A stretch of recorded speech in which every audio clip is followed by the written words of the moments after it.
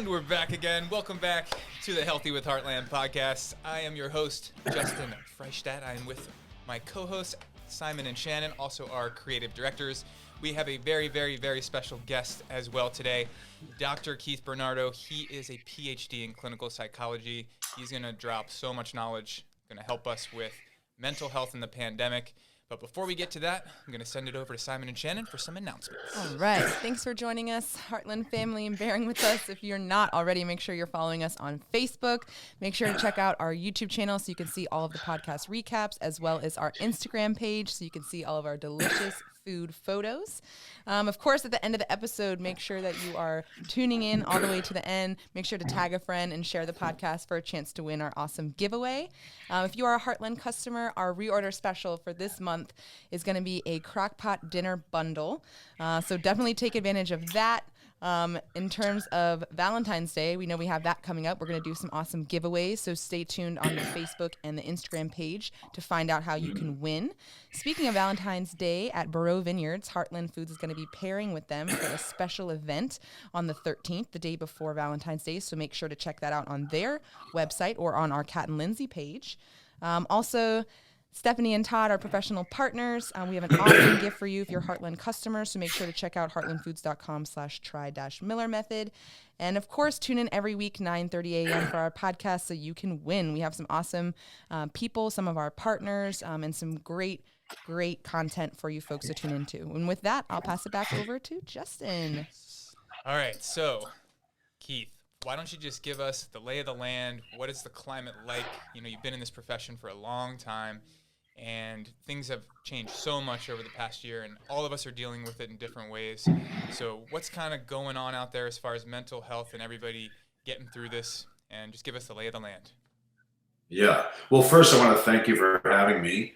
Tango had to come visit T-Bone. So Tango is saying hello to T-Bone. Now we can move Tango over here to be a side buddy. Yeah, so basically, you know, my field has been inundated with people feeling something. So when it first started, when we heard about COVID and we heard about this virus that no one really knew about, you know, people's anxieties went up. But as it continued to progress, people actually started feeling sort of a myriad of things that they couldn't quite name. And it made it worse. So in my field, my biz, you know, if you can name it, you can kind of treat it. So then we started doing all this research about what exactly are we feeling. And the most useful definition we came up with was layered grief, right? So grief at what? You know, grief at losing your job, grief at losing your parents to COVID, grief at losing your social connections with friends, grief at losing your identity, grief at losing, you know, going to a bar with friends on a weekend, you know, grief at social loss, et cetera, right? And once we kind of illuminated that it was this incredibly profound grief experience that came in layers for people, it kind of made us have a shared trauma. And that was actually really useful. So when we would talk to families or corporations or patients or friends or my dad, you know, we'd say, well, we're all kind of going through this together, right? We may have different experiences of what these losses are, and we may have different experiences of how we manage them, but at least we know we're kind of going through the same thing. I don't know if that made you guys feel better when you talked about it with friends, like, oh gosh, you know, everyone's kind of going through the same thing. It made me feel better, you know? So that's kind of largely was the start of the progression of the virus on its psychological impact. And then it kept sort of rolling along. So people would go into a period of feeling fine. They'd habituate to the circumstance. They'd find a new way to manage it at home. They'd find a way to connect with friends. And then they would go through this grief reaction again. So it was this very weird roller coaster. So you'd have a good day, a bad day, a good week, a bad week, a good month, a bad month. What I'm noticing currently, and maybe this is a good thing to talk about more deeply, what I'm noticing currently is that people are back in a pretty profound grief response. I would say, 4 out of 10 people that I speak with are having a really severe grief reaction. One of my best friends, who's like the most stoic, guy, he's in bed. He can't get out of bed. He's crying. He feels a sense of real loss. So I think we're back down in that cycle largely. And so that's kind of where things are in terms of what this pandemic, lockdown, whatever you want to call it, has kind of created psychologically. Yeah. So with that being said, something that I personally experienced throughout this, I'm one of those overcome anything, don't be a victim, it's not okay to feel like this. Like, you can always overcome whatever you're going through. And then at certain times during this whole thing, regardless, I found myself just angry for no reason, just mad. And what are some ways for us to kind of identify when we don't realize that it is affecting us? And how do we handle that? Well, that's a really, really good point, and the only way through something is in it. And if you can't find what it is, you can't be in it, right? So especially, look, I'm a psychologist for a living and happen to be just a really sensitive, meaning I cry a lot. Yeah, guy, don't show me a Disney movie without a box of Kleenex, right? But a lot of people can never really fully identify what they're feeling, right? So the first step is do a little check-in 4 or 5 times a day. Hey, just take 2 minutes and say, what am I feeling? Am I feeling anxious? Am I feeling sad? Am I feeling, both? Am I feeling a combination of things? Because then at least you can manage it. Anger, any sort of display, I think I threw a plate at the wall once. What? And Rob was like, stop being so Italian, And I was like, no, I love being Italian. But the truth is that it was displaced anxiety, right? I wasn't angry. I was really anxious. I was thinking, God, my dad is sick. I have to try to see him. I can't. COVID's locked down, right? So it manifests itself as anger. The truth is that if you can identify what you're feeling during the day, take 3 or 4 check-ins with yourself. Or if you notice that something changed in you, check. And it could be a change for the good. It could be like, hey, I'm feeling better now. What triggered that change to feel better? Did I resolve a problem? Did I think a new way of figuring it out? Do I have a new strategy? Do I have a new way of, coping with whatever blank that is? Or if I feel worse, right? Do I feel more stressed? What triggered that? I thought it was work. Maybe it's not. Maybe it's, I can't go see my dad, whatever. Constantly check it. So the only way through something is in it. Once you're in it and you can label it, there's many, many, many strategies. I don't know if you want to go through, Justin, like what you do, what we all should do normally, and then what we do differentially through some sort of disorder, like an anxiety reaction or depressive reaction or a panic reaction or something like that. Yeah. I mean, take it where we're going to take it. Okay. So basically, we all should be doing, when you're locked at home, we all have a tendency to not get out of our pajamas, work from home, stay in some sort of blurry routine, which is not what we should do. What we should do is get up, keep a routine, keep a normal schedule. I shower, like, I'll tell you a funny story in a second, but I shower and pretend I'm going to my real office and I'm only coming upstairs to this office, but I'll put on work clothes. At the end of my day, I'll shower again. I'll go have my, glass of wine at 6 and I'll shut the day down, right? And that predictability, that scheduling throughout the day, demarcation, called psychological demarcation, actually helps people manage their days better. Human beings are not creatures of change. We hate it. Even if it's a change for the better, we resist it, right? So predictability and scheduling is always a really great thing. So make sure you do psychological demarcation throughout your day, Then the second thing we all should be doing all the time, and we should take these lessons with us, by the way, once this pandemic is over. The second thing is, I'll call it neuronal newness, right? We stay young and we stay mentally well and we stay mentally fit if we keep our neurons surprised. So there was one morning that I woke up in the house and I was like, what is that smell? Like, what? And I realized it was Rob. And I said to him, well, when was the last time you showered? And he was like, well, what's today? And I said, it's Sunday. And he was like, Tuesday. And I was like, wait, what? And he's a successful doctor. He's a radiologist. He works from home. He's good. And I was like, oh, okay, well, that's distressing because all I smell is bovine. And we need to readjust. And then he literally got out of bed and I said, gosh, if I saw you at the grocery store, you're dressed as though I'd want to give you half a sandwich, right? So like, when was the last time you put on work clothes? Okay. So within that, we all want to keep new, right? So if we have dinner at the same counter every night, it's going to get really old and mundane. Groundhog Day is not our friend, even though we're locked in a house that feels like Groundhog Day, right? But you can constantly change things up. Studies have been done with as few things as lighting candles, changing the music, eating someplace different in your home, choosing to read a book and not the usual chair you read it in. Just something to trick your neurons a little bit, right?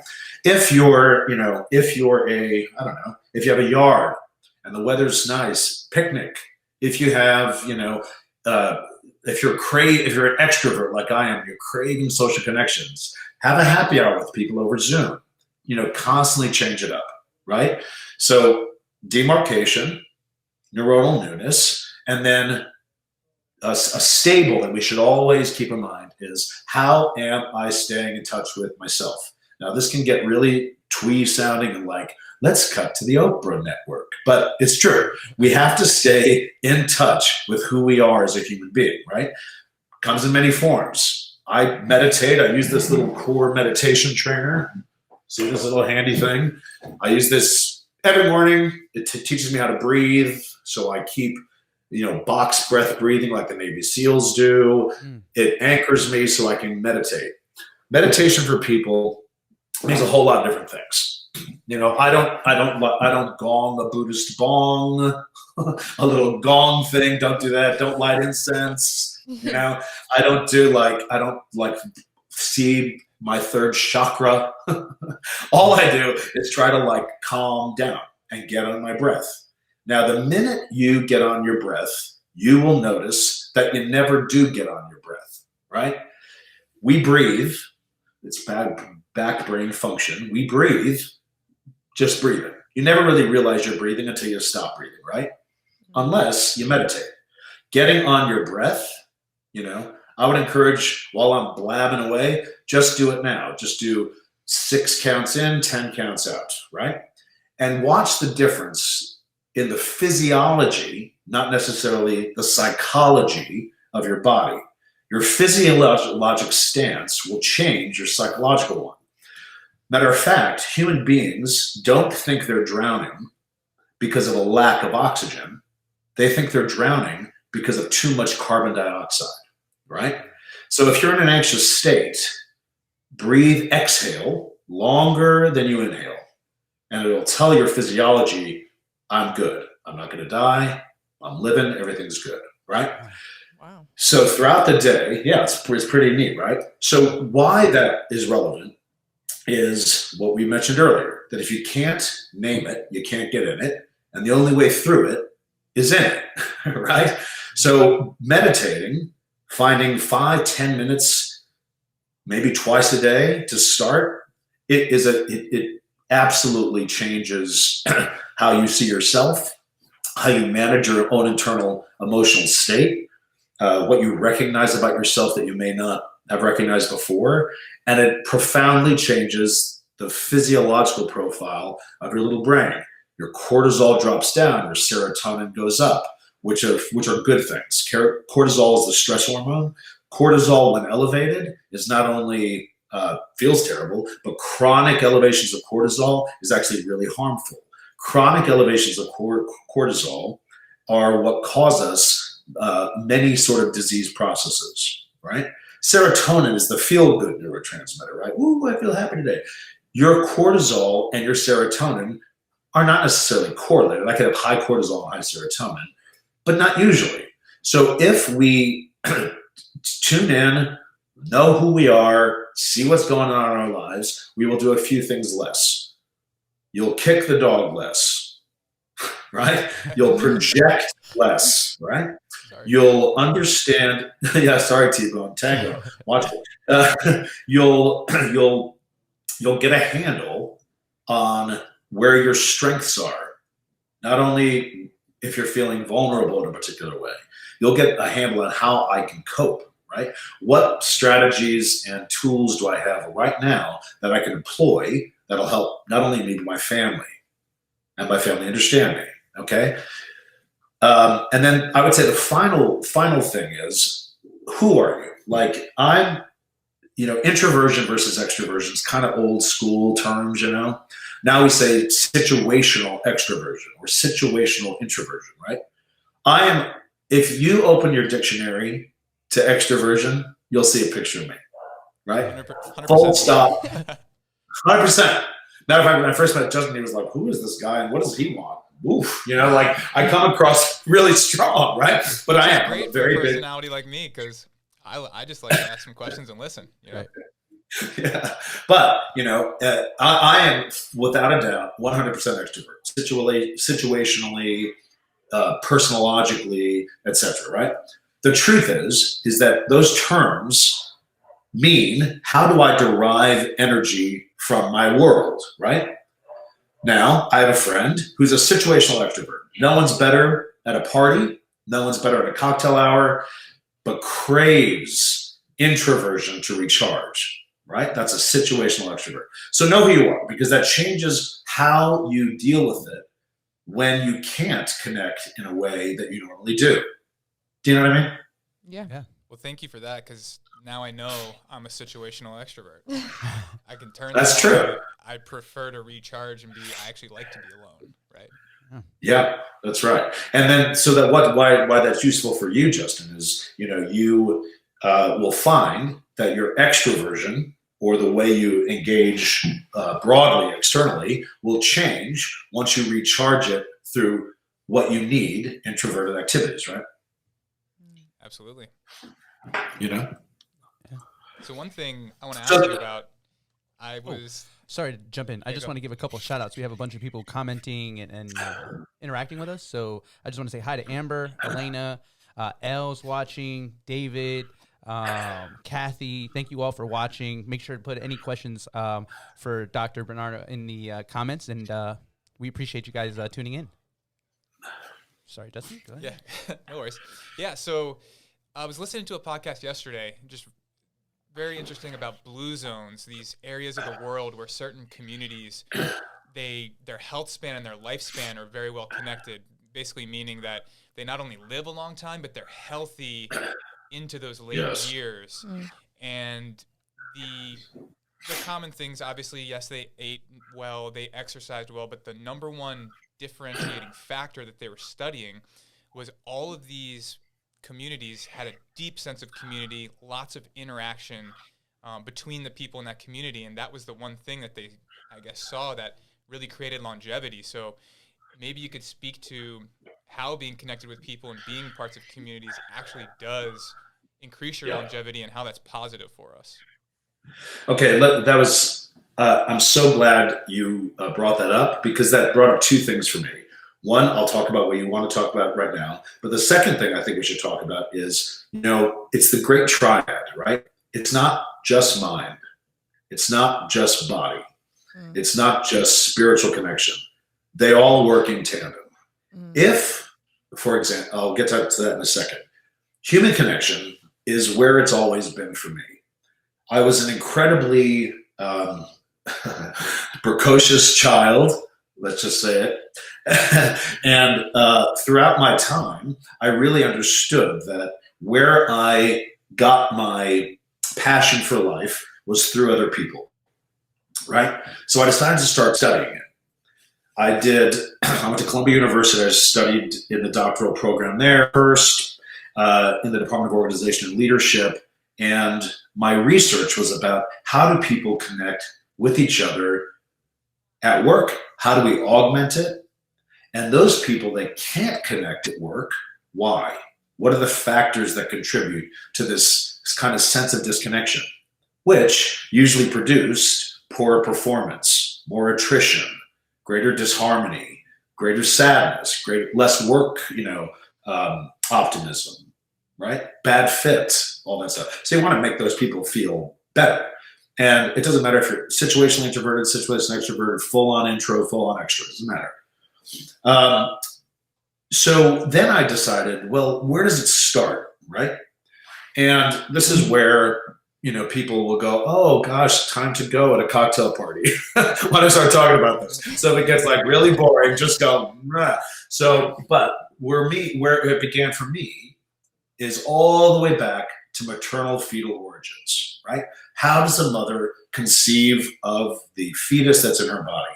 And it actually changes the developing neural architecture of the fetus. If the mother has a positive connective state with that developing baby, the neuronal architecture actually develops differently than if the mother doesn't. Post-birth, bad connection intrauterine can be corrected, right? So it's not the end of the world. We just want to understand it, though. But then there was a study done. I went to Columbia during 9/11 in New York. And there was a study done longitudinally where they took women who had experienced a shared traumatic response, which was they lost their husbands during 9/11 while they were pregnant. Now, statistically, we held everything else was held constant. Everything else was held constant. And those babies had a 30% increase in baseline anxiety and baseline depression. Nothing else mattered because the moms were anxious during their pregnancy. The baseline level of their newborns were increased by 30%. That's a lot, right? So how that mother was connecting with her child impacted how that child was born. So that spurred me on even further. Like, what's up with this, right? So our brains are wired for human connection, even introverts. If we don't connect, we could perish, literally perish, right? If we have bad connections, it can disrupt our normal healthological framework and our states. People that are in abusive marriages, for example, they get habituated to what that abuse is, right? And you'll see parts of their life actually kind of wither away and die. It's very sad to me. And the truth is that it's because when you lose a connection with another person, you're actually losing a connection with part of yourself, right? So connectivity is crucial for healthy living despite where you are on a normal functioning brain. Now, we can talk about spectrum disorder, but it's not for this program. We can talk about Asperger's to severe, autism, and how that's a disorder of disconnection, overstimulation, right? So, like a severely autistic kid suffers from overstimulation yet needs connection. It's a crazy, sad, workable disorder, right? So during this whole period, a lot of people, like the first day it happened, the lockdown, Rob turned to me, Mr. Introvert himself, and said, I've been praying for this day my whole life, right? He was like thrilled, right? Me, not so much. But even over the course of this pandemic, Rob has suffered. And I've even noticed that Rob, the introvert, has had bad psychological outcome because he himself isn't connected, right? So it's true. A sense of community, however it's built, and I love that Blue Zone thing, Justin, you got to send me that link, because, a sense of community and a sense of connectedness enhances so much of our psychological function, right? So I think one of the things, this is not a plug, but like one of the things I like about Heartland is you feel like you're part of this incredibly cool community. Not just that everything's great, but it's managed in a way that you actually feel, and it's genuine, that you're part of this really cool community. It's not just some service organization that you buy stuff from, right? And I having to gravitate toward organizations and settings like that. Matter of fact, when I first moved up, I'm in Purcellville. When I first moved up to Purcellville, Rob was still stuck in Dallas with his job. So I used to go to this restaurant once a week called the Wine Kitchen in Leesburg. Tim and Katie, Tim Rowley's a chef. His wife is an incredible chef caterer. And that became my family. And whenever I would get upset, I would say, hey, I need a table for one at the Wine Kitchen. And that became my family. And that became the way I stayed connected with my world and therefore myself. Wow. Did that answer what you wanted, Justin? Yeah, it's definitely on the exact topic I'm looking for to kind of understand all these feelings and changes, right? Because that's funny you said about Rob when the pandemic first started, because that was the same for me. I was like, this is going to be the greatest breath of fresh air. I can stop moving 1,000 miles an hour, running from working a 12-hour whatever day, then go like see some friends for dinner, and then just sleep enough to go do it again.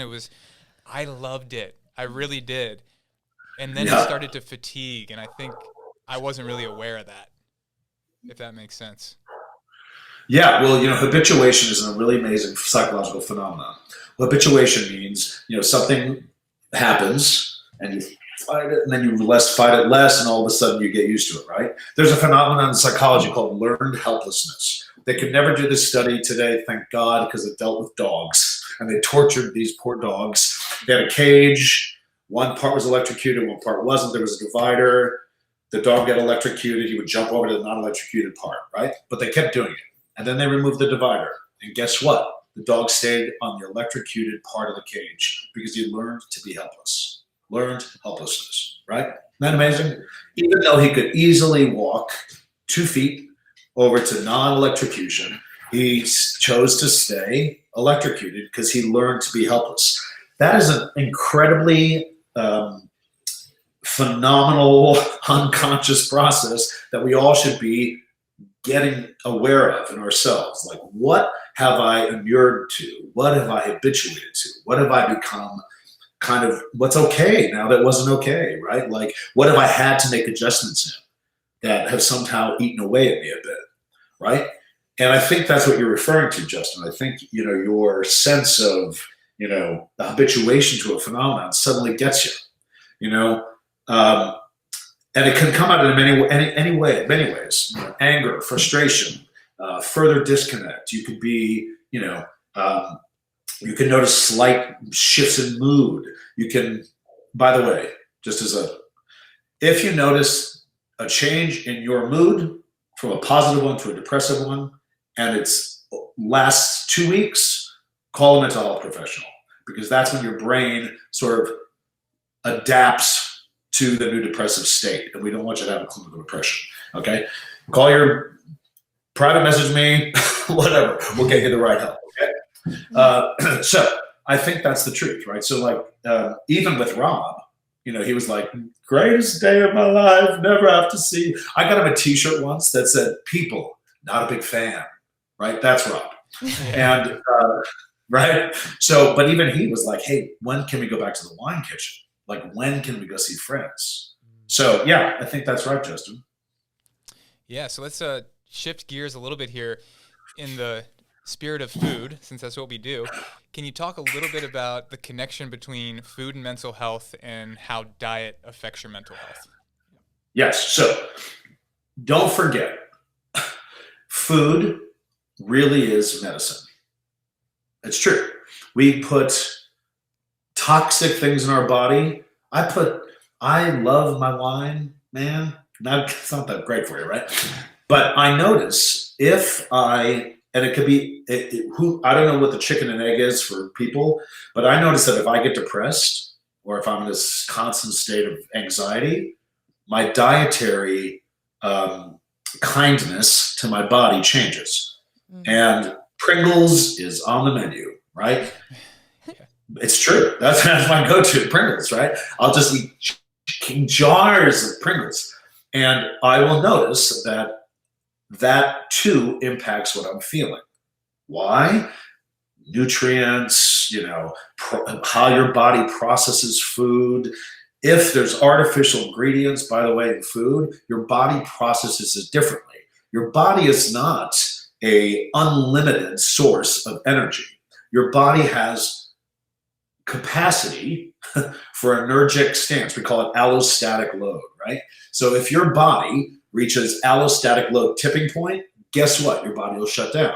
And that is not just cognitively, that's how your body metabolizes, functions. So if I'm going to give a really bad example. So if I have, if I have a cup of coffee at 4 p.m., I will not sleep that night, right? That whatever that's in my body, the half-life of caffeine will prevent me from sleeping. So the next day I'll be exhausted, right? So I'll eat Pringles because I'll think, well, that'll help. I'll feel worse and I'll be in a cycle. Now, the human being doesn't like change, right? So to break a habit, it's the 2-week rule. Do you guys know this? 2-week rule? I've always heard it was 21 days. Yeah, 2 weeks is where how I think of the brain is all these neuronal pathways, right? So it's like if I lived on the beach and I walked from my house to the beach every day on the same track, that sand will get deep, right? Where my feet are, they'll get deeper and deeper and deeper and deeper and deeper. That is a habit, right? If I try to walk to the beach differently, at the 2-week mark, the wind will have almost covered up the deep tracks in the sand that I once walked, right? That's your neurons. So at the 2-week mark, the wind has started to change that pattern, and it's more easy to jump into a new habit. Now, a week later, 21 days, is when the new habit is solidified. But 2 weeks at normal is why we hate behavior change.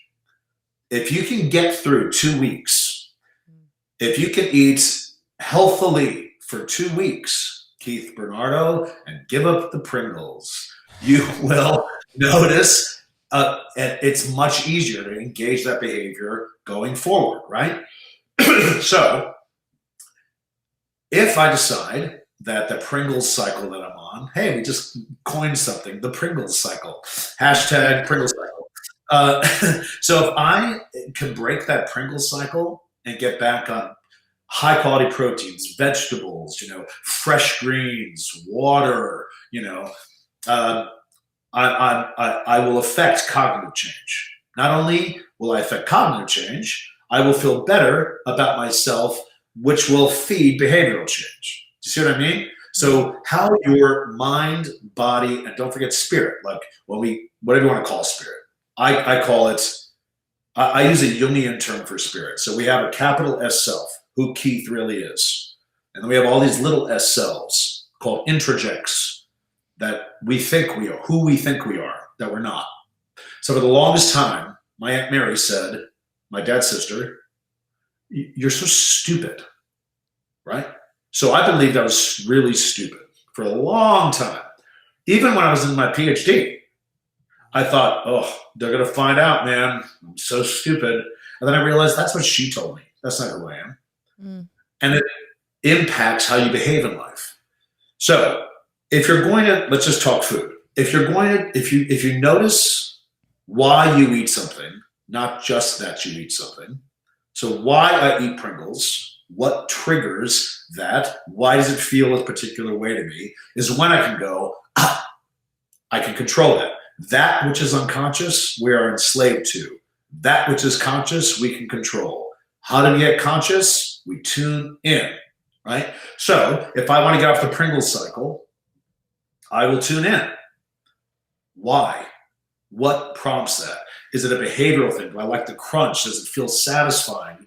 Is it distracting? And the answer was yes for all those things to me. Food has to be treated like medicine. Delicious, fantastic medicine, right? And we need to start learning to eat more mindfully. I don't know how many times I've gone, what did I have for dinner? Right? You have a late day at work. I don't remember what I had for dinner. Mindful eating begets healthy behavior, begets psychological maintenance, begets healthy food choices. That's how it works. Wow. So it's all connected. All connected. Yeah. There's a branch of treatment we call CBT, cognitive behavioral therapy, right? Cognitions, thoughts, feelings, emotions, behaviors, actions are all interconnected. So some people, you will start, if they're very emotive, you'll say, well, what are you feeling right now? I'm feeling sad. What thoughts do you have that maybe triggered that sadness? Well, I'm worried that, my dog is sick. And how has that impacted your behavior? Well, I realize I'm drinking more. Then you have a strategy to fix it. Or some people, God, I notice I'm not going to the gym anymore. You start behaviorally. Why aren't you going to the gym? I don't know. I just don't have any energy. Feeling. Well, what are you thinking behind that? So however you get it in for yourself, thoughts, feelings, behaviors are interconnected. They're not. They're truly empirically studied interconnected. So you have to figure out, part of that getting in touch with yourself is, where do I reside? I reside in emotional land. I'm a hot-blooded Italian guy. I am highly in touch with my emotional state. I'm less in touch with my behavioral reactions. That's the last thing on the triangle for me. So figure out where you are. Like if you understand that if you're behaviorally tuned in, figure out why your behavior's changed. Is it a thought you can get to? Is it an emotional feeling that you're feeling? If your diet has changed over COVID, if you're eating better, understand why so you can enhance it. Do I feel better when I eat pure, healthy, good food and keep my water intake up and stuff? Or is and then you can enhance it. What did I do to want to make that change, and why? I'm happier. I'm more productive at work. I'm a better husband. My dogs like it when I take them on longer walks, whatever. You can enhance it. If it's denigrated, if your eating habits have gone worse during this pandemic, try to figure out why. The greatest question you can always ask yourself, the greatest thing you can always do for yourself is called gentle curiosity, not self-deprecation. If I do something that's terrible, if I yell at Rob for no reason, the last thing I should do is say, oh, you're such an idiot, Keith. What was that? You should never talk to yourself any worse than you would talk to your best friend. The best thing I can say to myself is, God, I wonder why I wanted to yell at him. What was behind that, right? Mm-hmm. That will initiate a 2-week behavior change. Gentle curiosity. Gentle curiosity. So if you've noticed that your eating habits have declined over COVID, which I hope they haven't, ask yourself what's triggering that and how you can be better to yourself about it, right? Because the truth is that our bodies are incredibly complex, gorgeous works of art. How we nourish that process is through food, physically nourish. How we nourish our process through cognition is through thinking. How we nourish our soul is through mindfulness and spiritualness, and whatever that means to you. It's not religion. Mm-hmm. You might like music, Spanish guitar, man, classical Spanish guitar. If I'm in a bad mood, man, I will tune out for 10 minutes and put on some great Spanish classical guitar, and it's a spiritual lift for me, right? So whatever that is, figure those things out. But food is a primary source of function in the body, which impacts all other areas of function, the grand triad, right? Yeah. Wow. So true. So, right, isn't it? That's why people spend. That's why people. So much. That's why people spend lots of schmancy money and go to spa resorts, right? Because it's pure food. That's the reason. I go to Canyon Ranch every year and spend far too much money. You know why? Because there's no alcohol. I get to ride my bike.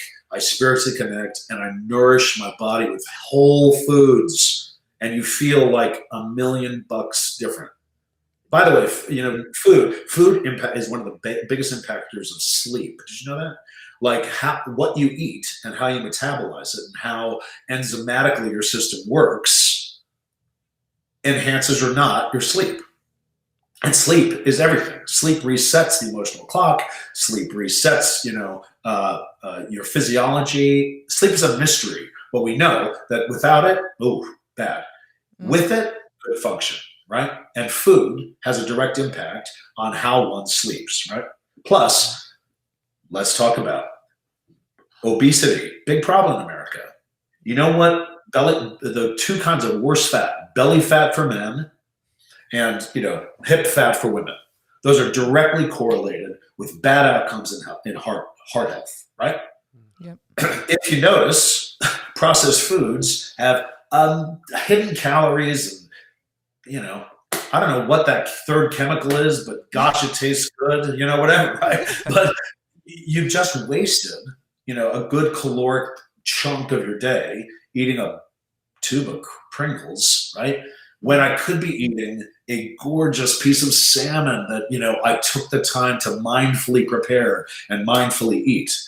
By the way, you might want to, I know I'm going on, just shut me up, but mindful preparation of food, watch Netflix, Chef's Table, John Kwan. She's a Buddhist monk. That's one of the best chefs in the world. When she mindfully prepares food every step of the way, and then sits down and mindfully eats it. Wow. Different behavioral and psychological and nutritional and health outcomes occur. Wow. It's amazing. Yeah. Lots of great information. Yeah, I know. We don't want to take up your whole day, Keith. The last I'm learning so much. I I could sit here all day. the last thing I want to ask you about, people might not know this about you, but you're also somewhat of a chef. It's a big passion of yours. And it is. You could just talk about how that's been going with Heartland and what you think about being in the kitchen. So I've always been one of the great uplifters of my life is cooking. I've taken 1,000 cooking classes. If I wasn't a psychologist, I'd probably go to Le Cordon Bleu. I really would. I love cooking for friends. I love it's my happy spot, in life. So I've been doing it for years and years and years and years and years. And right after I got my first Heartland shipment, I actually wrote Justin this ridiculously exuberant email or text or something. And Rob was like, wow, that's overly happy. And I was like, no. It's like this is hand to God. I have never personally worked with restaurant quality stuff. Mm-hmm. I thought it was restaurant quality. I'd go to Whole Foods or I'd spend a fortune at Central Market or whatever. But the chicken breasts were always kind of too big and bloated and weird, and I was okay because I didn't know any different, right? As soon as I got my hands on products that, like chefs use, my cooking kudos, man, went up. It was almost like I learned how to cook again for the first time. Wow. Because it wasn't injected with salt or hidden fillers or there was no nasty sort of aftertaste because of antibiotics. I swear to God, it felt like I learned to cook again. I mean, I have to say, I eat chicken, a lot of chicken. Every time I have a chicken breast from Heartland, I'm like, oh my God, it's like the best chicken ever. And whatever you do, it behaves like a chicken breast should. It feels like Rob is actually saying he often feels like he's eating at a restaurant. Yep. Hear it from a chef. And it's true. Yeah, it's true. It's just true. I mean, I know, me, Justin, I appreciate the product so much. I don't know much about it, except that it's so clean and so healthy and so it's not, man, I compared it to I bought a prime rib and from a grocery store, and it was a whole different thing. Yeah. So true. Wow. Did you guys have any other questions? Anything else? No, we really appreciate you, Keith, taking your time to meet with us. This has been so insightful. I know that everyone who's watching has just learned a lot. And yes, I think that's definitely something that we'll have to do again together if you're willing to come back on the podcast. This was great. Yes. And Tango says thank you. Nice. T-Bone's best friend. Thanks, you guys. It was a blast for me. And, whatever I can do to help, further, let me know. So awesome. Really appreciate it, Keith. So is it giveaway time? It is giveaway time. So we will give everyone watching a couple more seconds to go ahead and tag your friends, like the post, comment, and we will pick a winner. A lucky winner of a delicious pumpkin cheesecake. Ooh. Coming at you. So how to win, make sure you go ahead and share this podcast, tag a friend. You'll be entered in the random drawing, and we will announce the winner in a couple of minutes here. Or a couple seconds. In a couple seconds.